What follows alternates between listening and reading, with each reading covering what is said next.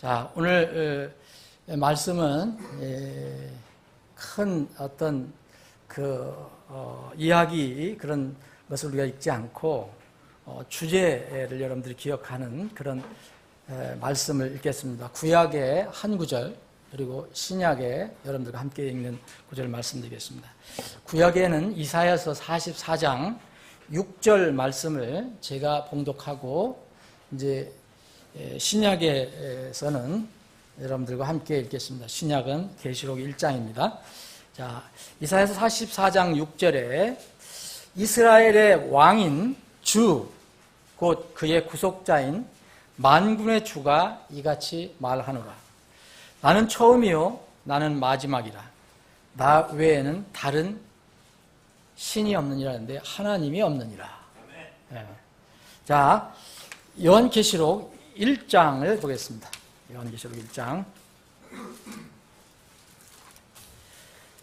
성경의 마지막 장입니다. 요한계시록 1장.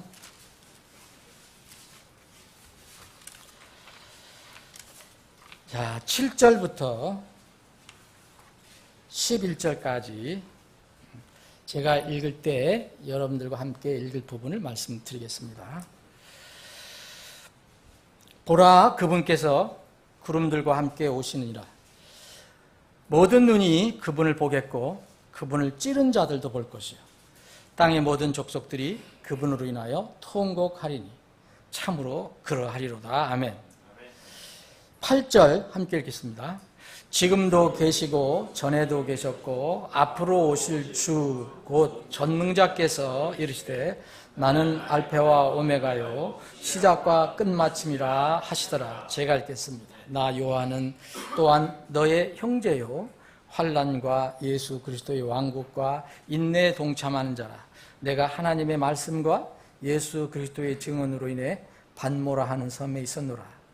내가 주의 날에 성령 안에 있을 때에 내 뒤에서 나팔소리 같은 큰 음성을 들으니 11절은 함께 봉독합니다. 이르시되 나는 알파와 오메가요 처음과 마지막이라. 내가 보는 것을 책에 기록하여 아시아에 있는 7교회 곧 에베소, 서모나, 버가모, 두아디라, 사데, 빌라델피아, 라오디게아 교회에게 보내라 하시더라. 아멘. 오늘 읽은 부분, 우리가 함께 나눈 부분, 구약 이사야서 44장 6절과 지금 계시록, 요한계시록 1장 7절부터 11절에 있는 말씀 중에서 여러분들이 기억하는 이제 한 용어가 나옵니다.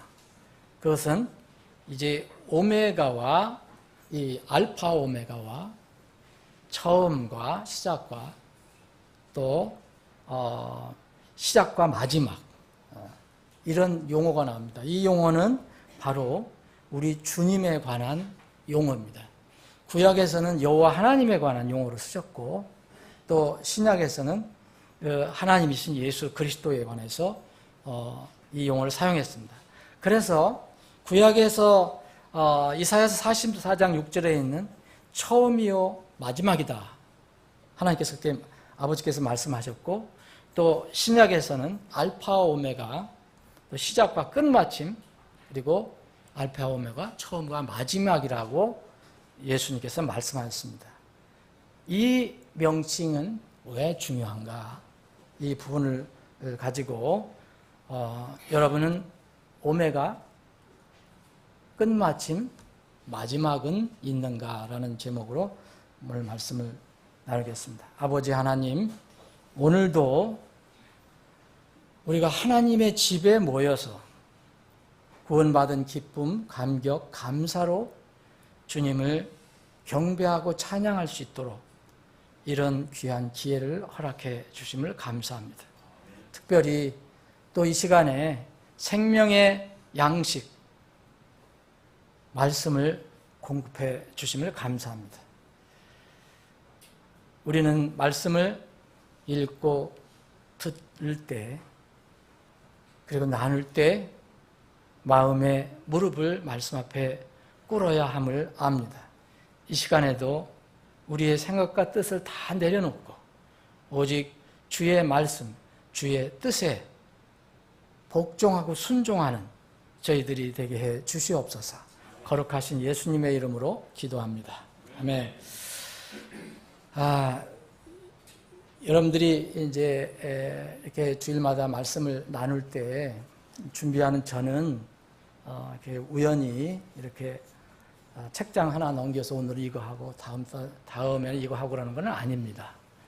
하나님께서 그동안에 여러 가지 상황 아니면은 들은 거, 교제한 거, 나눈 거, 또 제가 기도하면서 생각하는 것, 여러 가지 하나님께서 저에게 이렇게 환경을 허락해 주셨을 때 거기서 어떤 느낌과 하나님께서 주시는 감동, 이런 것을 통해서 이제 말씀을 준비하는 것입니다.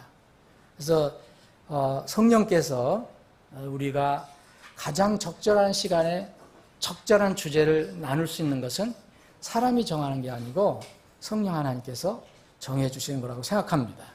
각 교회, 지역교회마다 필요한 말씀이 그때마다, 오늘 이 말씀이 다른 교회에 꼭 필요한 게 아니고 오늘 이 말씀은 우리 모임에 꼭 필요한 말씀이라고 저는 하나님께서 그렇게 주신 것이라고 믿기 때문에 여러분들과 함께 나누는 것입니다.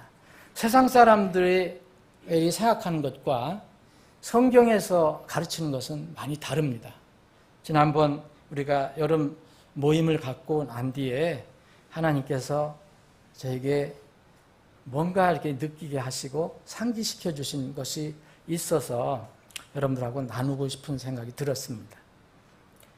그것은 하나님께서 주신 말씀과 세상에서 이야기하는 것과는 다르다는 것을 우리가 알게 됩니다. 세상에서는 어떤 사람도 영원히 살지 못한다는 것을 알기 때문에 자신의 끝, 인생의 끝은 죽음이라고 생각합니다. 하나님을 믿든 안 믿든 다 죽음을 부인하는 사람은 아무도 없습니다. 마지막 자기가 갈 장소는 그래서 무덤이라고 생각을 합니다. 아니면은 조금 더 영적인 사람은 막연하게 무덤 넘어 어떤 상상하는 곳이 있다고 생각할 것입니다. 그러나 성경은 모든 사람의 육체의 죽음이 끝이 아니고 그 죽음부터 또 다른 세계의 삶이 시작된다고 매우 강력하게, 그리고 매우 분명하게, 그리고 매우 반복적으로 계시를 해주고 있습니다.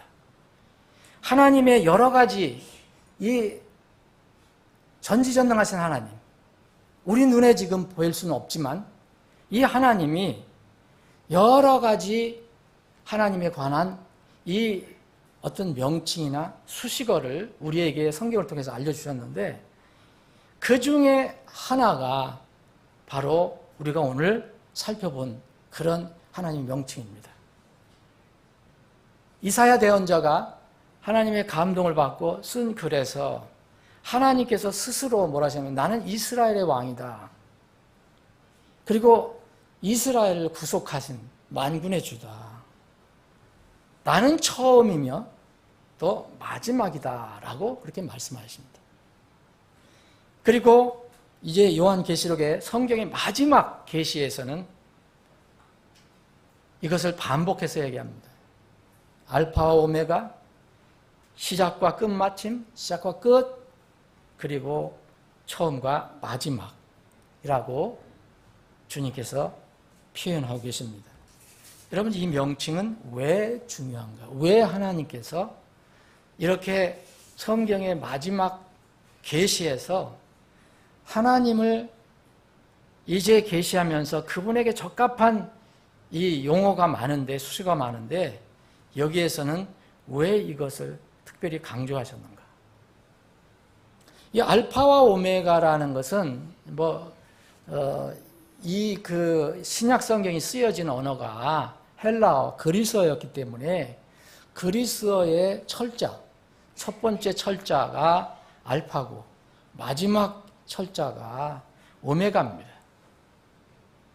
그렇기 때문에 처음과 끝을 표현한 것이고 이 이사야서에 나와 있는 처음과 마지막은 비슷한 건데 이사야는 히브리어로 기록이 되어 있습니다.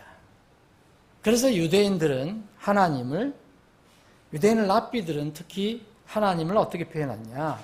하나님이 처음과 마지막인데 자기들의 언어인 히브리어로, 여기 신약은 그리스로 쓰여졌지만 이 구약은 이 히브리어로 쓰여졌기 때문에 이제 처음 히브리어 첫 자인 알레프와 그리고 타브라고 그렇게 썼습니다.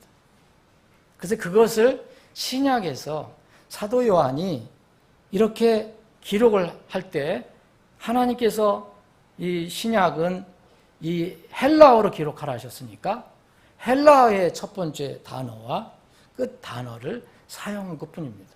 특별히 알파와 오메가에 무슨 특별한 뜻이 있는 것이 아니라 이것은 그 히브리어의 바로 첫 단어하고 알레프하고 마지막 단어 타브하고 똑같다. 그럼 왜 처음과 끝, 알파 오메가와 알레프와 타브, 그리고 이 시작과 끝이라고 그렇게 말씀하시는가? 하나님은 영원부터 영원까지 계신 분이라고 표현합니다. 우리 이성적인 머리로는 잘 이해하기 어렵죠. 우리가 하나님 자체를 이렇게 다 안다는 것은 불가능합니다. 우리는 피조물이기 때문에. 하나님의 처음은 영원의 시작이고 하나님의 마지막은 또 영원의 끝이에요. 여러분, 영원의 시작이라는 말도 이상한 거고 영원의 끝이라는 것도 이상한 거예요. 우리 그냥 언어로만 쓰는 것입니다. 이런 하나님은 영원의 주인이시라는 거예요. 그런데 피조물 사람은 스스로 처음이나 시작이 될 수 없다고 말하는 겁니다. 피조물 보고 너희는 처음과 끝이다라고 말씀하신 게 아닙니다. 하나님 스스로 하나님을 그렇게 말씀하신 겁니다. 우리 피조물은, 우리 사람은 마지막이나 끝도 될 수 없어요.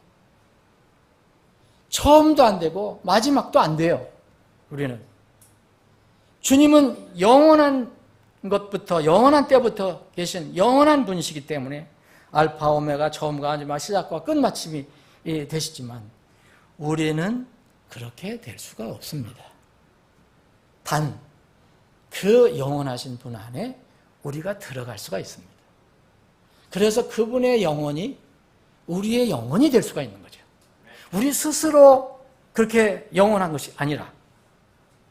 그러면 이 신약에서는 특별히 예수님에 관해서 이렇게 말씀하셨는데, 그럼 예수님은 태초부터 계셨던 하나님이셨는데 이 대속사역을 위해서 아버지 하나님의 뜻에 따라 이 땅에 육을 입고, 우리의 육을 입고 오신 분입니다. 그래서 이것을 성육신이라고 하는데, 이 성육신 임마누엘을 처음과 끝을 본다면은 그분의 알파 처음 시작은 초림입니다.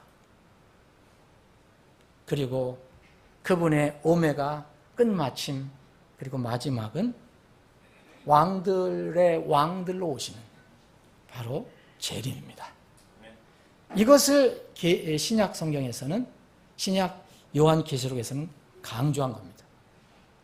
다시 오실 주님이 바로 영원하신 하나님인데 이분이 처음이고 또 마지막 끝이다.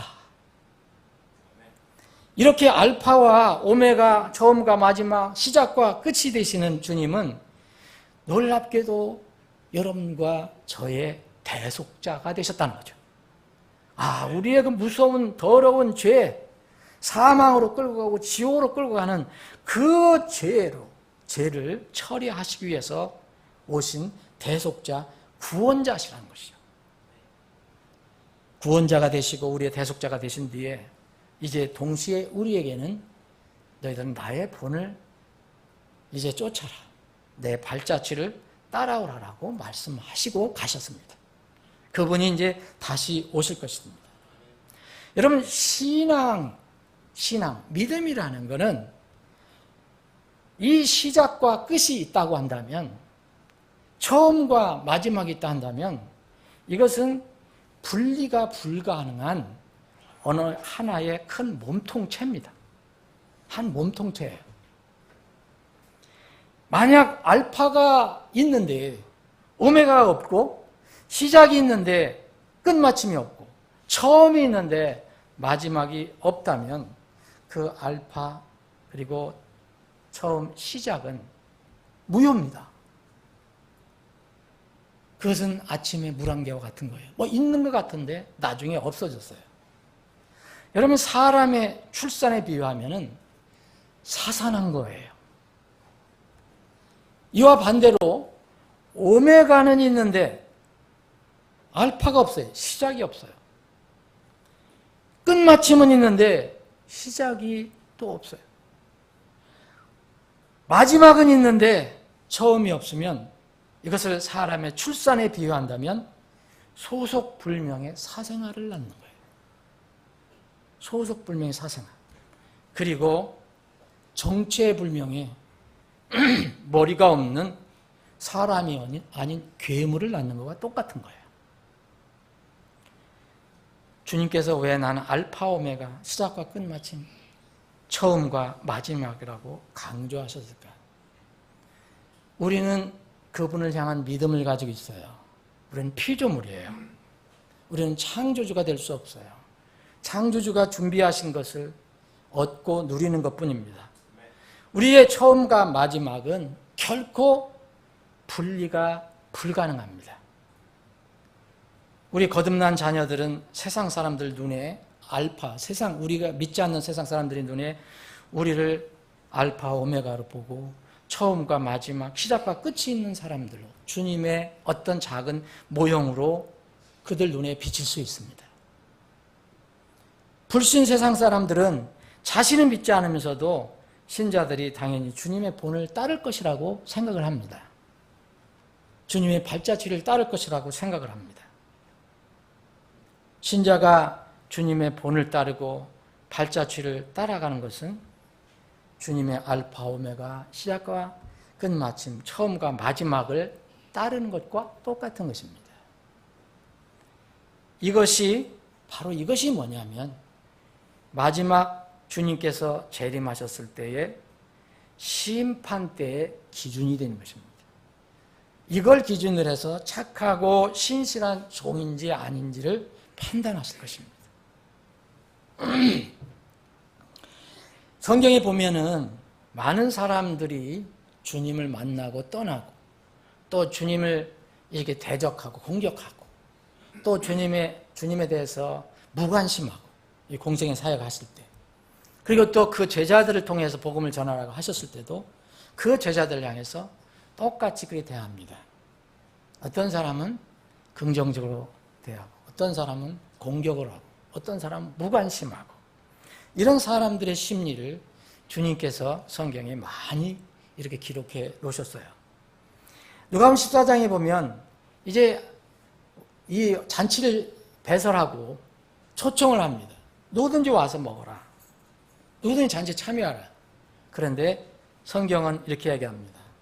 그들은 다 하나같이 변명하기 시작하여 그랬어요. 다 변명하기 시작하여 이제 왕이 주인이 이 만들어 놓은 다 준비해 놓은 잔치에 와서 초청만 받고 믿음으로 와서 참여하고 먹기만 하면 되는데 웬일인지 다 똑같이 변명을 시작한다고 성경이 기록하고 있습니다. 그러면서 여기에 보면은 이 세 사람이 이 사례가 나오는데 이 어떤 사람은 이렇게 얘기합니다. 첫 번째, 두 번째 초청받은 사람은 변명하면서 나는 거기에 가지 못하니까 나를 이해해달라. 나를 용서해달라. 아주 미안하다.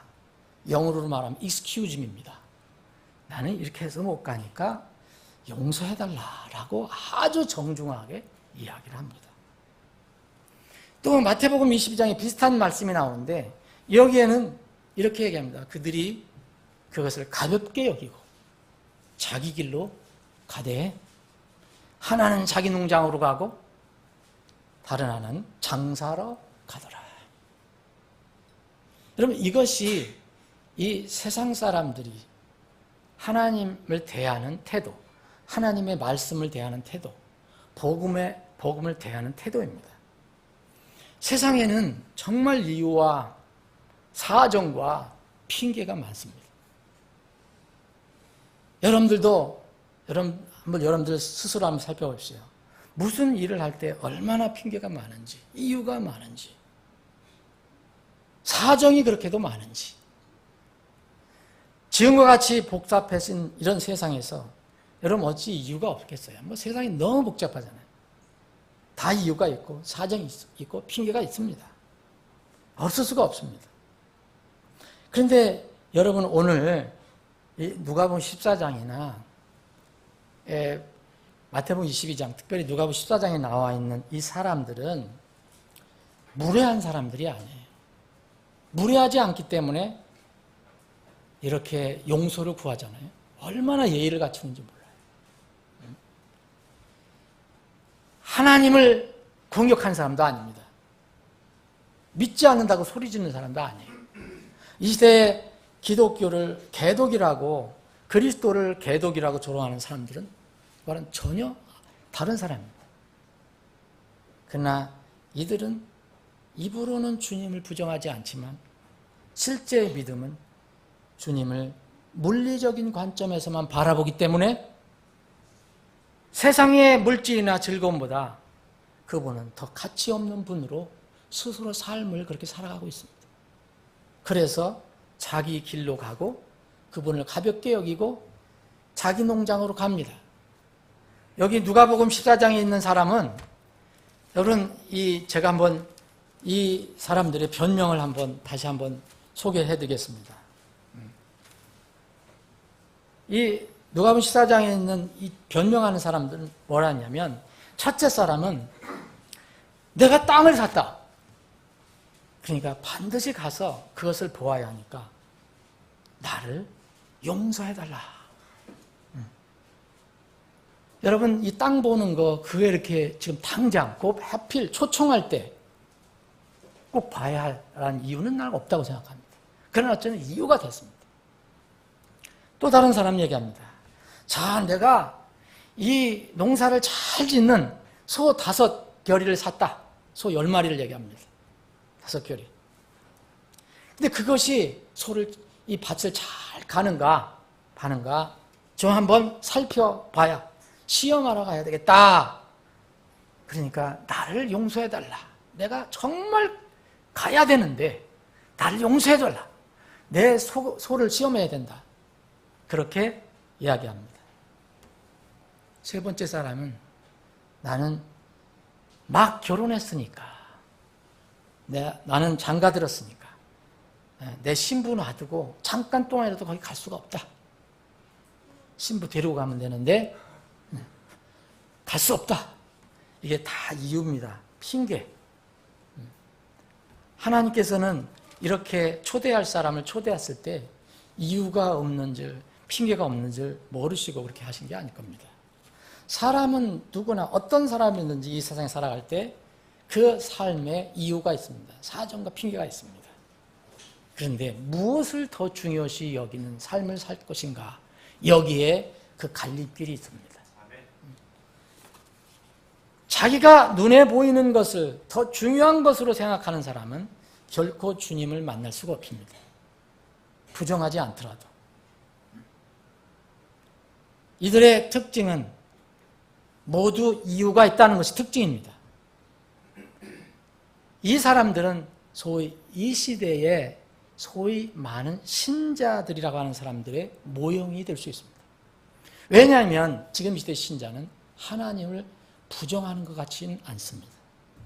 하나님을 공격하지도 않습니다. 그런데 다 이유가 있는데 자기 삶의 그 물리적인 어떤 부분의 이유를 그분을 찾는 것보다 더 중요한 것으로 그렇게 여기는 사람들입니다. 이 시대 신자들의 대부분 그런 사람들이 많습니다. 이 시대 신자들의 여러 가지 특성 중에 하나는 자신의 세상의 즐거움이나 물리적인 이익이 자기 앞에 다가왔을 때는 주님을 따르지 않는다는 것입니다. 그러나 다시 말씀드리면 이들은 주님을 대적하지 않습니다. 주님을 공격하지도 않습니다. 또 이 주님을 믿는 사람들을 핍박하거나 괴롭히지도 않는 사람들입니다. 그런데 이들의 운명은 주님을 공격하고 믿지 않고 핍박하는 사람들과 운명은 종착지는 동일합니다. 저는 개인적으로 구원받은 지 오래됐지만 세상 직업을 포기하고 이 소명을 받고, 그렇다고 여러분들 또 신비하게 생각하지 마세요. 하나님의 음성을 너 나는 나를 위한 사역자가 되라, 그 음성을 듣고 하는 게 아닙니다. 가마 감동이 있으면 그걸 피할 수 없었기 때문에 제가 전임 사역자로 이제 손을 들고 나왔습니다. 전임 사역자로 일하게 된 것이 올해 이제 21년째인데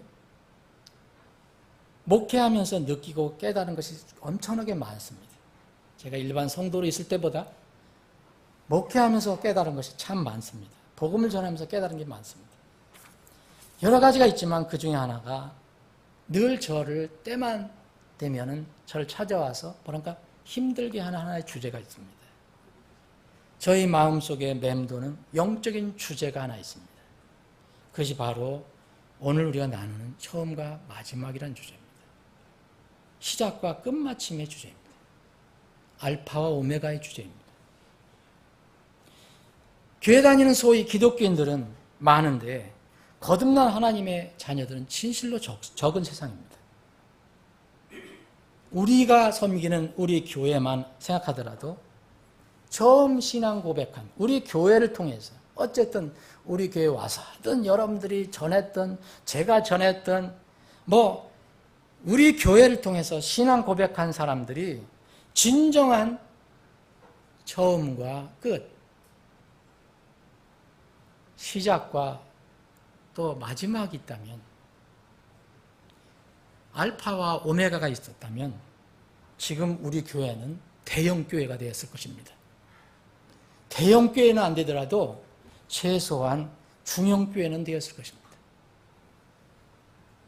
그러나 그렇게 신앙 고백한 사람들이 다 지금 어디에 있는지는 저는 모르겠습니다. 그 혼들의 마지막과 끝마침의 장소는 어디일까요?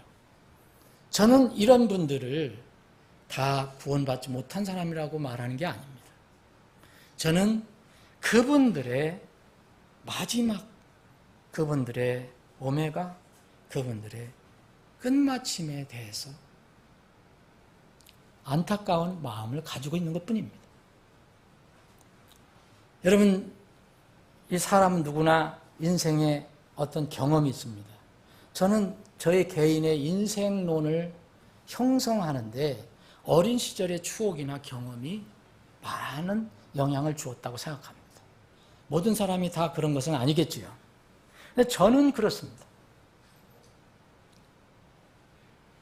어린 시절에 어떤 체험, 어떤 경험, 어떤 느낌, 이런 것들이 저의 인생론을 형성하는데 큰 영향을 주었습니다. 약 60여 년 전, 제가 어렸을 때, 옛날에 소학교 시절 때, 국민학교 시절 때, 지금은 초등학교라고 그러잖아요. 옛날에는 소학교, 국민학교라고 그랬는데, 옛날에 시골 운동회라는 게 있었습니다. 운동회 며칠 전부터 분위기가 달아오릅니다. 여러분 아시겠지만 어르신들은 알아요. 지금 요새 젊은 사람들은 잘 몰라요. 이 운동회가 열리는 날 전날은 그 분위기가 최고조에 달합니다. 운동장 하늘에 만국기를 다 걸고 선생님들이 또 본부석에다가 또 체알까지 칩니다. 여러분 아시죠? 체알. 요새 같은 거 큰 텐트. 그 주요 인사들, 교장 선생님, 면장 선생님, 많이, 저기 하면 또 군수 선생님, 오는 자리, 그리고 유지들 앉는 자리, 체알을 치거든요. 일반석은 자리도 없고 그냥 다 서 있는 겁니다. 당시에는 여러분 놀이가 정말 없었던 시절이에요. 요새는 아이들이 무슨 얼마나 놀이가 많습니다. 게임에 빠져서 큰 문제가 일어나잖아요. 당시는 놀이가 정말 없었어요. 만만치 않은 시절이에요. 그러니까 1년에 한 번 이 가을 운동회가 열리면 온 동네가 잔치예요. 학생이 있는 가족뿐만 아니라 학생이 없는 다 온 동네 가족이 다 총출동합니다. 제 기억이 생생합니다. 우리 동네뿐만 아니라 우리 동네는 바로 교회하고 붙었던 동네예요. 그런데 우리 동네뿐만 아니라 그 인근 모든 동네, 저 골짜기에 있는 동네도 다 모입니다. 거기에는 이 소학교가 하나밖에 없었으니까. 정말 큰 잔치입니다. 그런데 지금도 기억에 지워지지 않는 것은 전날과 그날 아침의 분위기, 그리고 운동회가 끝나는 파장 분위기. 이때 그 감정, 그 느낌이 어렸을 때 느꼈던 느낌이 지금 60여 년이 지났는데도 생생하게 그대로 남아 있습니다.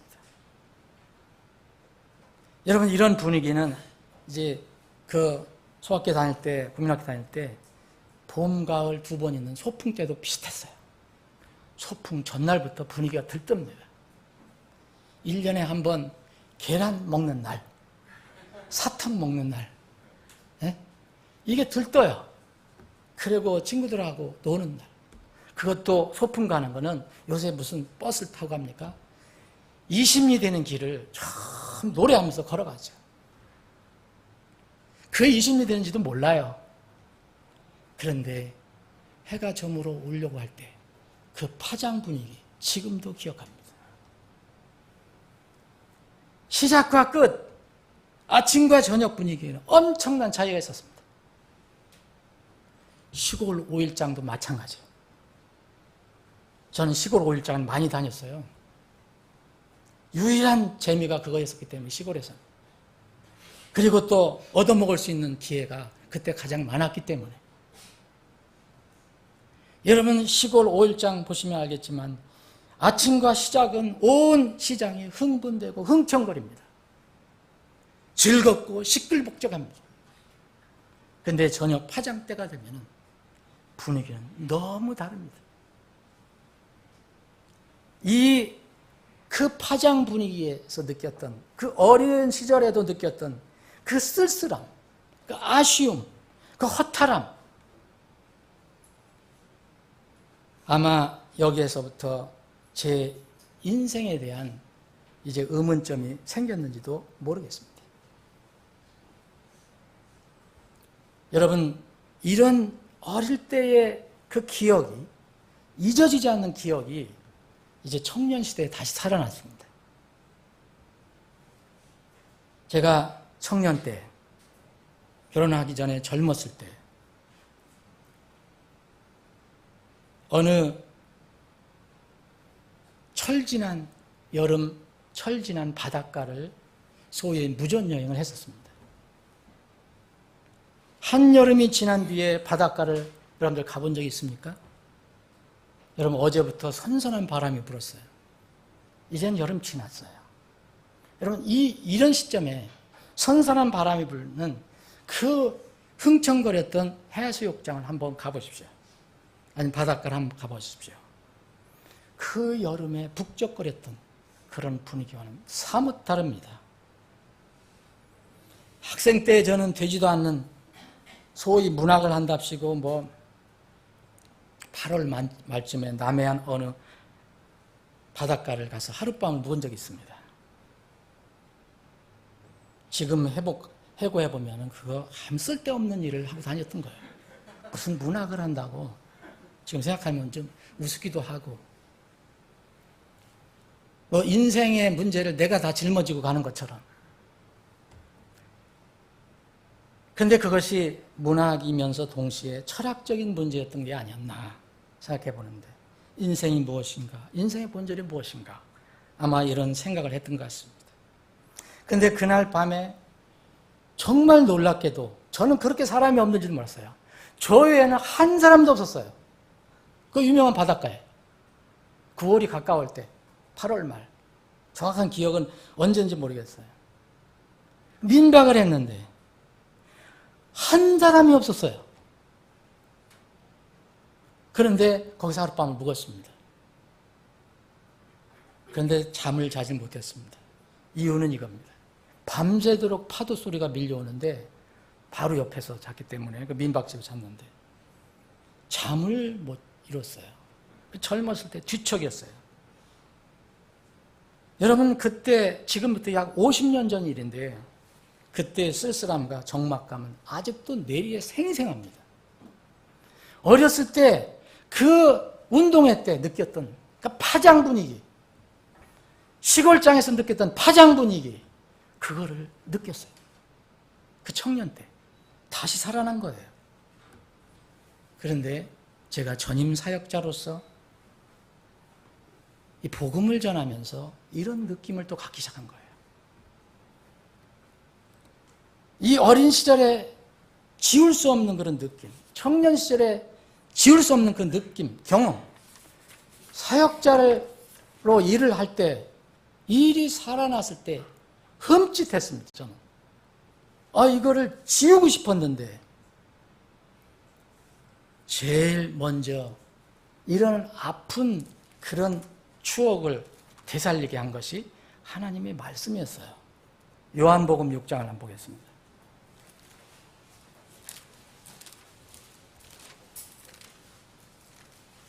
요한복음 6장.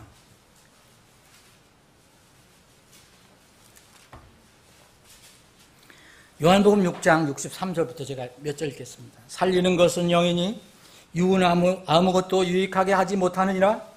내가 너희에게 이르는 말들은 곧 영이요 생명이니라.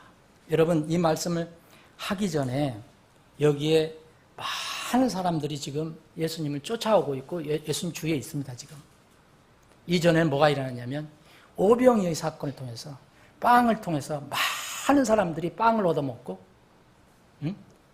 하나님의 기적을 체험하고 그걸 즐기고 좋아하면서 예수님을 찾아온 거예요. 그 주위에는 군중들이 있었어요. 그러니까 이 영에 관한 말씀은 생명에 관한 말씀을 했을 때 64절 보면 그러나 너희 중에 믿지 않은 자들이 더러 있느니라 하시니 이는 예수님께서 믿지 않는 자들이 누구며 또 자기를 배반하여 넘길 자가 누구인지 처음부터 아셨기 때문이더라. 12제자 중에 한 사람 있죠? 또 그분께서 이르시되 그러므로 내가 너희에게 이르기를 내 아버지께서 오게 하지 아니하시면 아무도 내게 올 수 없도다 하였노라 하시니라.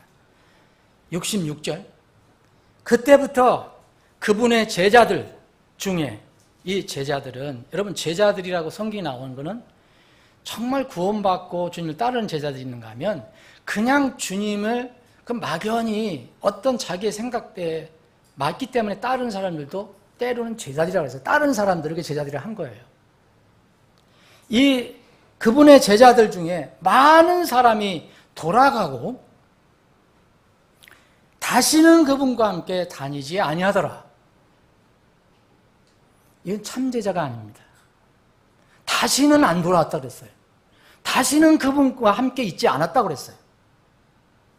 이에 예수님께서 12에게 이르시되 너희도 가려느냐 하시니 그때 시몬 베드로가 그분께 대답하되 주여 영원한 생명의 말씀들이 주께 있사온데 우리가 누구에게로 가리까?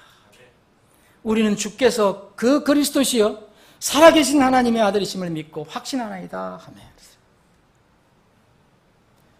많은 사람들이 제자들에 가는 사람들이 다 하나님께서 자기에게 그렇게 각자에게 이롭지 않은 거, 별로 재미도 없는 거, 관심도 없는 거, 자기에게는.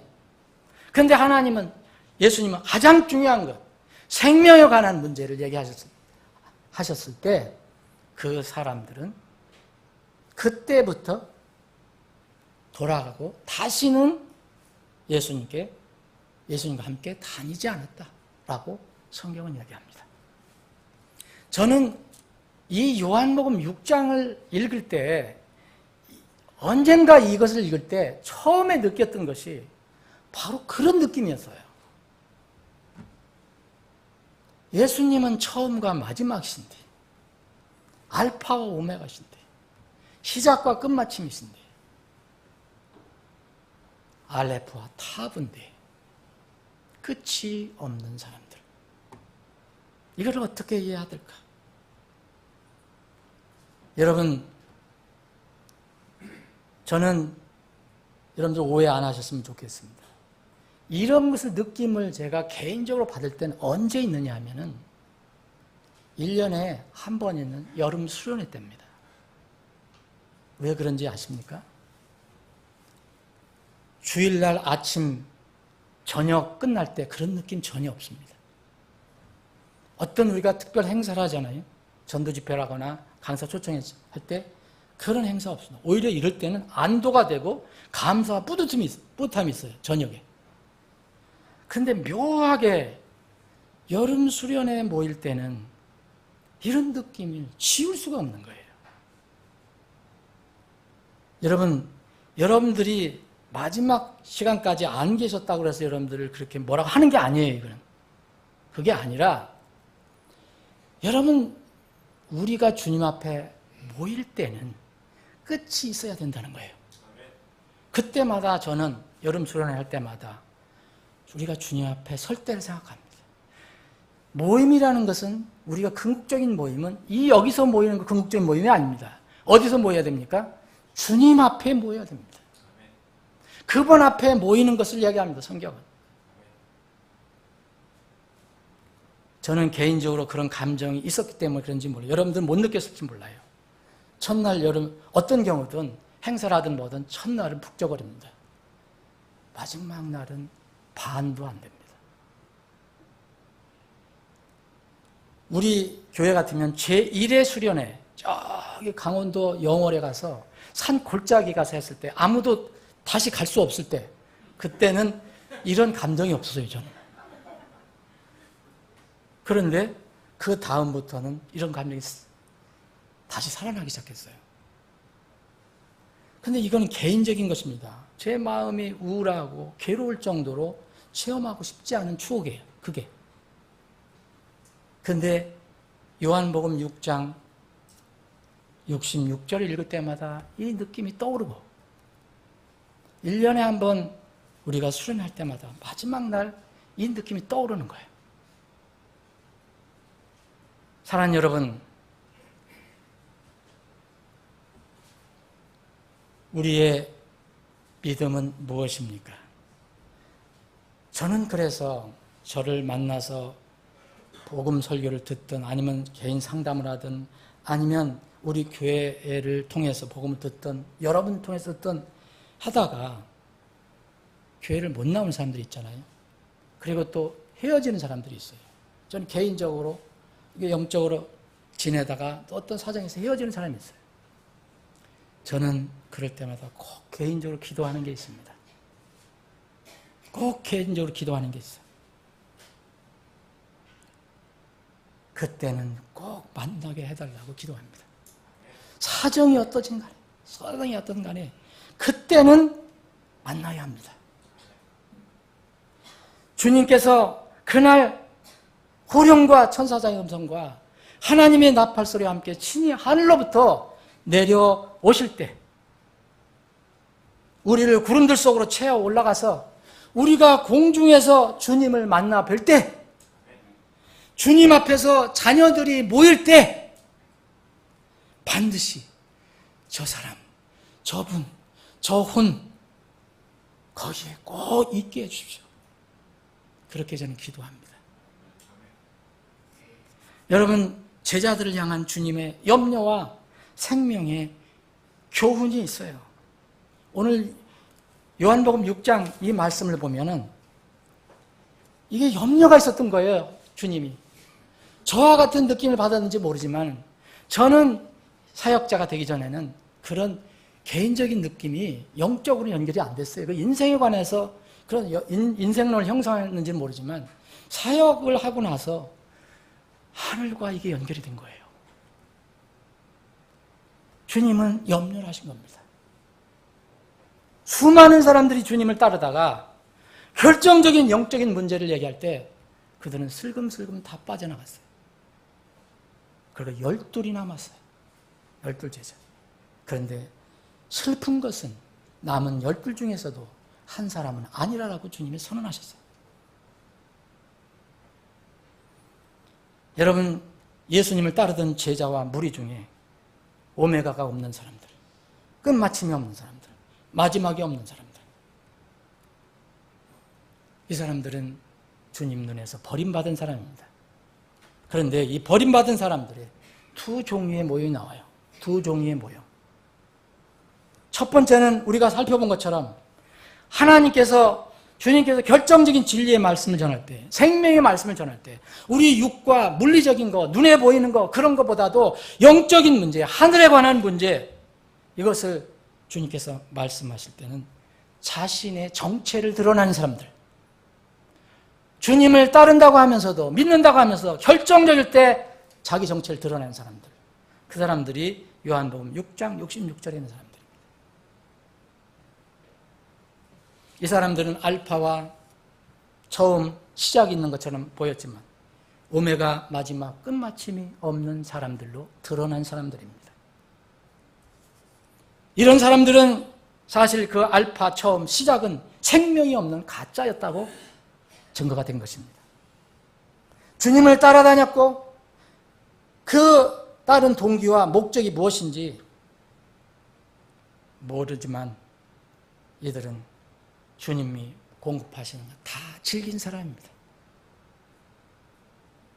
여러분, 신앙에 이것을 적용해 본다면 제3의 진리를 통한 영혼 구원, 천국 소망에 관해서 주님을 따른 것이 아니라 이들은 자신이 누리는 이목, 세상의 명예, 세상에 썩을 것, 이런 것들을 위해서 주님을 따라간 사람들이에요.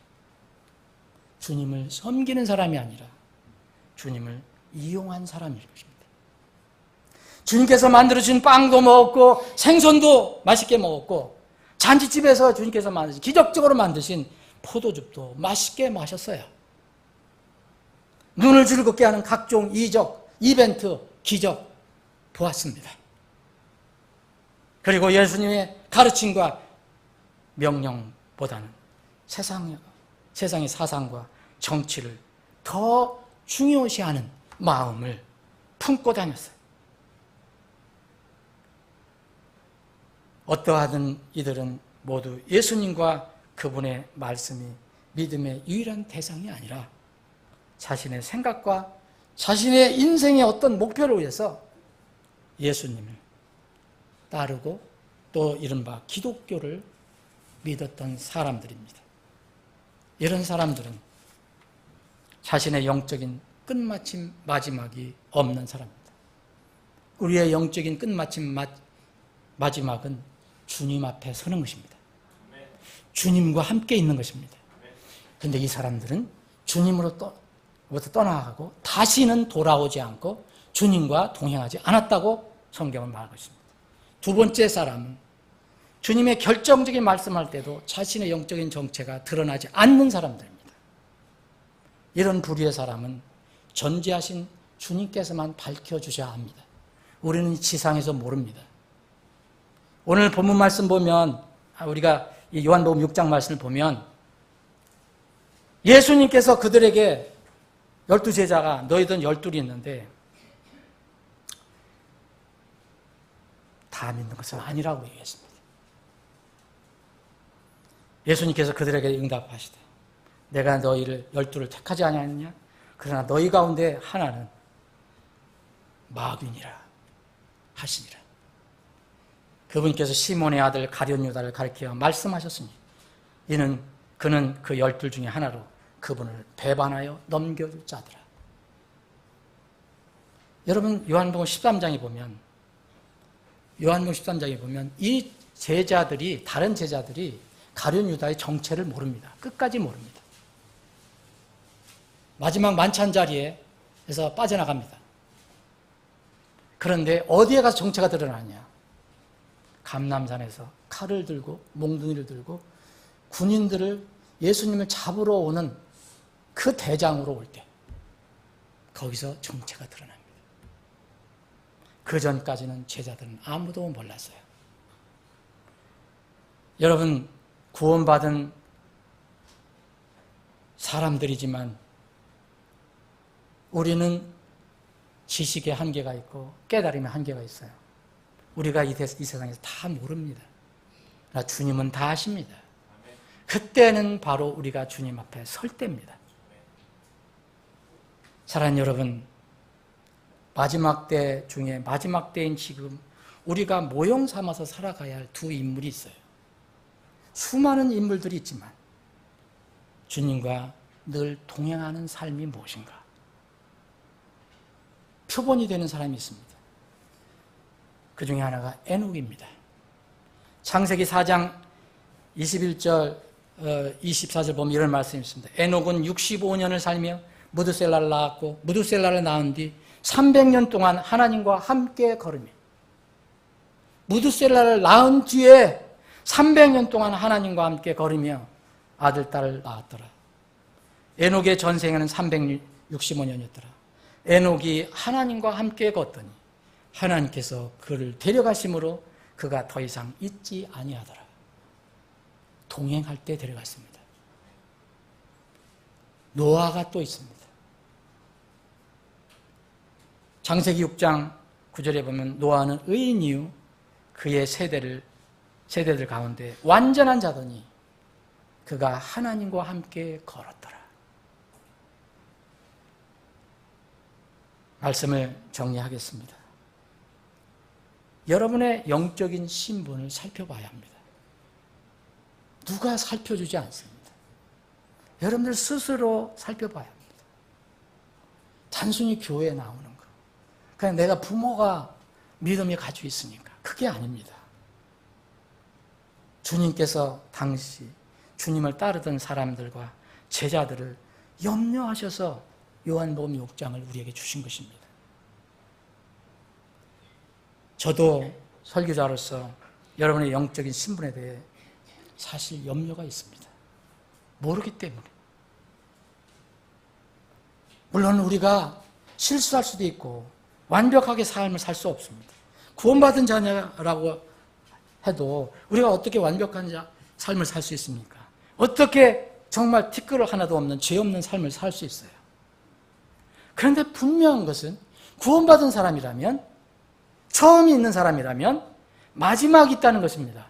마지막은 예수님과 함께 만나서 처음이 시작됐으면 예수님과 함께 꼬린이 되는 것입니다. 그런데 그 마지막이 없는 삶이라면 지금부터 점검해 봐야 됩니다.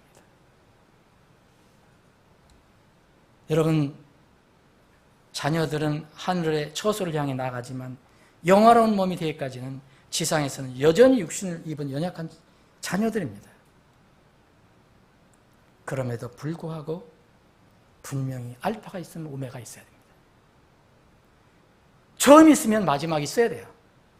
시작이 있으면 끝이 있어야 됩니다. 근데 이것을 우리는 지금 잘 모르는 것뿐입니다. 아무도 그것을 정확히 알 수가 없어요. 누가 그것을 판단할 수도 없어요. 사랑하는 여러분, 여러분의 신앙생활에서 나를 구원해 주신 주님보다 내가 결정적일 때 세상을 택하고 결정적일 때 내 육신의 것을 택하고 그러면은 그게 반복이 된다면 한번 점검해 봐야 됩니다.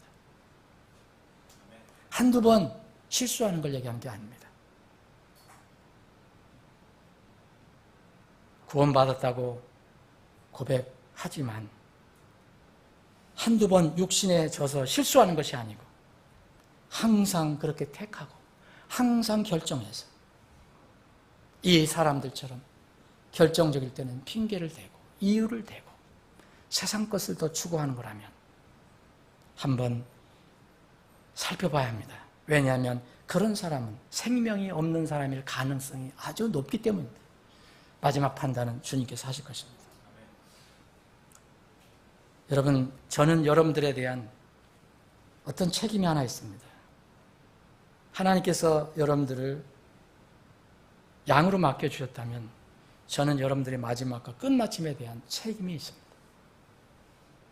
그 마지막에 대해서 저는 주님 앞에 가서 설명을 해야 될 겁니다. 만약 다른 방법은 제가 할 수 없습니다. 하나님 말씀을 그대로 전하지 않으면 저는 직무유기가 될 것입니다. 여러분, 오늘 말씀을 나눈 우리 모두는 한 사람도 예외 없이 그날 모든 것을 끝마칠 때 주님 앞에 있어야 합니다. 주님 앞에서 모두 만나야 합니다. 그 주님 앞이, 거기가 여러분들의 오메가가 되어야 되고, 여러분이 끝마침이 되어야 되고, 여러분이 마지막이 되어야 합니다. 그렇게 되기를 정말 주님의 이름으로 간절히 축원합니다. 기도하시겠습니다.